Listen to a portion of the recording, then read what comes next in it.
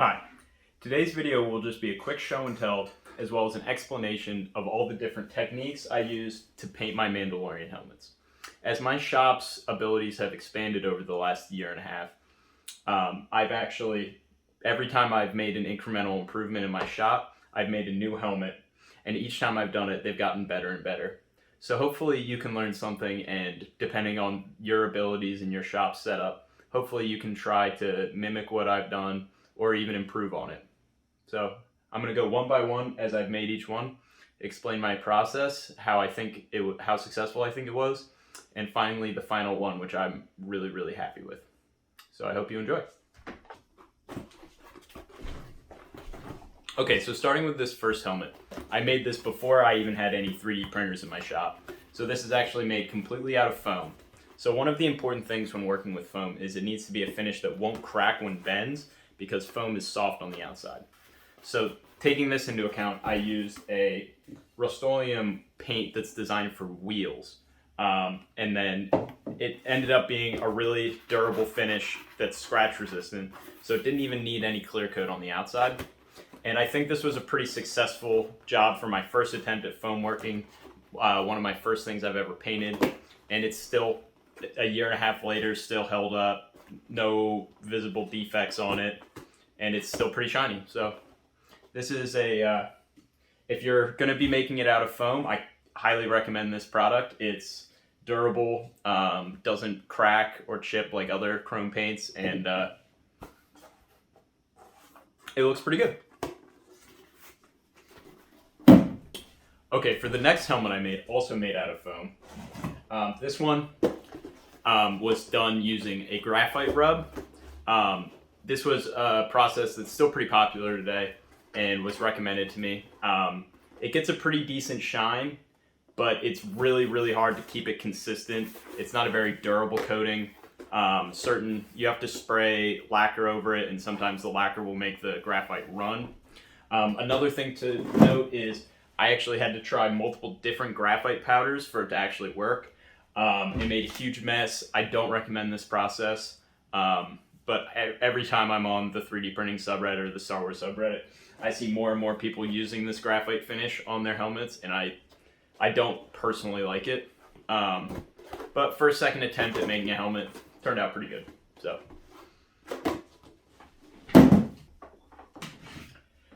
the next helmet is my first ever 3D printed helmet. This was done on my smaller form factor printer, so it's done in I think 11 or 12 pieces. 13 because the headband was cut into 2. This one I painted with a rattle can of Rust-Oleum dark steel spray paint with a high performance enamel undercoat. Now this paint job doesn't look great up close, but I think really sells well to a camera, and it captures the dark metal look of the actual helmet. It's really just a dark gray with shiny speckles in it. If you don't have an airbrush and you want to just spray paint yours, this is a great option. It's really durable. If you're going to be wearing it in a costume, highly recommend this paint job. And it's also very cheap. So this is another great option. Okay, now this helmet was the first thing I printed with my new larger format printer. And it was able to be printed in one piece, as you can see. And I think that this one turned out great. I used the Spastics Mirror Chrome, which at the time I painted it, I thought was probably the best possible finish you could get. And then I moved on to what is my final paint that I used, and it looks way better than this even. This paint, the Spastic, they make a rattle can version and an airbrush version. This is the airbrush version. I think it was $20 for 2 of those, which is enough for 3 or 4 helmets. I think I painted the entire armor with it and still have that much left. Being able to print this in one piece really cuts down on the amount of post-processing time, and you're able to get a great result with an airbrush compared to a rattle can. And another important thing to note when painting these helmets is any sort of clear coat you put on after will really dull the finish. So what this is sprayed with is this Spastics and then all clad clear coat with a K. And that gives a really nice shiny finish that is pretty strong and durable. Okay, so helmet number 5 is the only one in the bunch that I would, other than the first one I made that I didn't end up painting, this is the only one I still have that was a failure. So what happened here was I painted it, primed it all, sanded it for a couple days with Rust-Oleum primers, and then sprayed over it Duplicolor Gloss Black, which left webbing over all the sides, which really cut down on the detail. And then when I tried priming over it again to try again, it left these really deep scratches, if you can see them.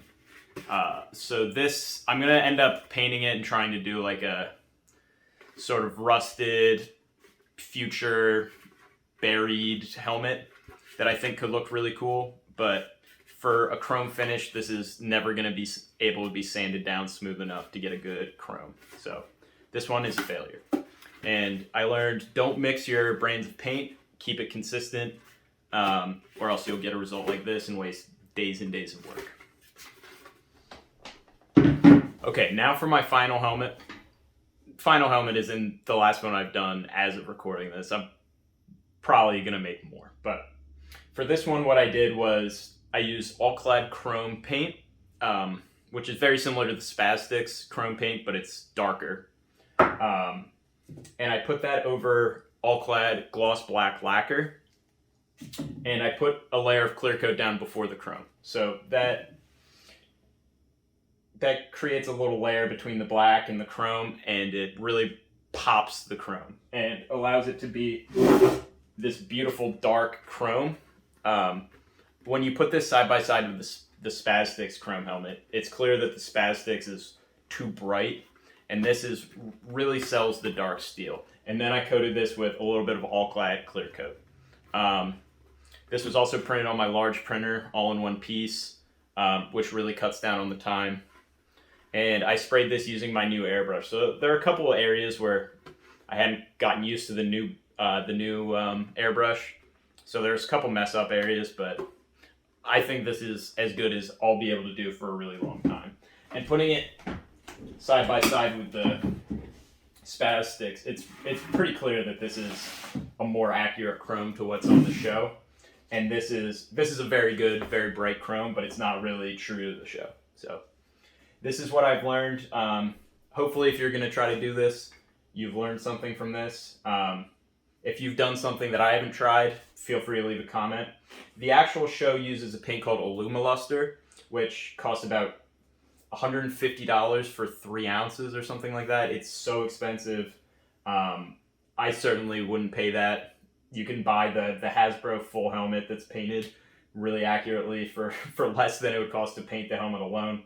But yeah, this has been a fun learning experience for me to try new things, and hopefully I get to keep making these. I'm still waiting on the face shields. They're a little behind on stock, so once this gets a face shield, I think the black of the visor will really make it pop even more, but I'm really happy with it right now. And Friday's video will have some more to do with this, so not to give too much away, but I hope you enjoyed this video, and I hope you enjoy Fridays.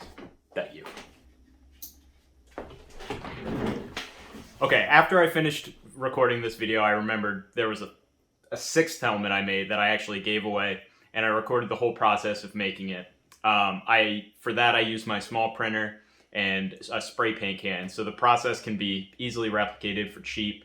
It was a really fun video, and I'll leave a link to it below. Thank you.